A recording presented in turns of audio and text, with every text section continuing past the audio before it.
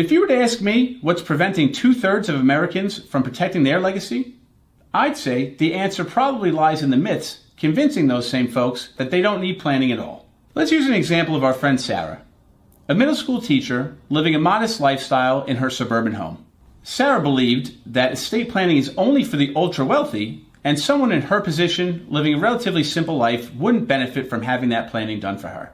When Sarah unexpectedly passed away at the young age of 58 years old, her children ended up finding out that she had an estate worth roughly $750,000, including her retirement accounts, her home, and her life insurance policies. Without having the proper planning and documentation in place, or the proper beneficiaries listed, unfortunately Sarah's estate went through a lengthy period of time in the courts over the course of 18 months. Her children ended up having to face mounting legal fees, tax uncertainties, and emotional strain having to deal with bureaucracy during a time where they were already grieving. Needless to say, this outcome is probably less than desirable for most. With that, we try to educate our clients about common myths when it comes to estate planning reviews during our meetings.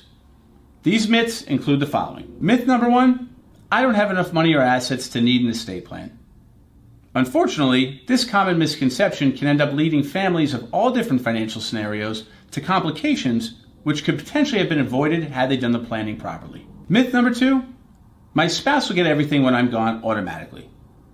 Unfortunately, this might not be the case, and due to some state intestacy laws, assets could end up getting split between your spouse and other relatives. This could end up forcing a sale of illiquid assets in something like a home or a business, which could end up creating financial and tax complications down the road. Myth number 3, my family knows what I want.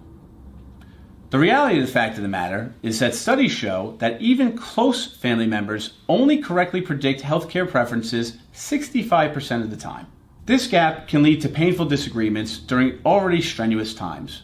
In some cases, this can end up leading to decisions being made which actually are against your real wishes. And myth number 4, estate planning is just too expensive.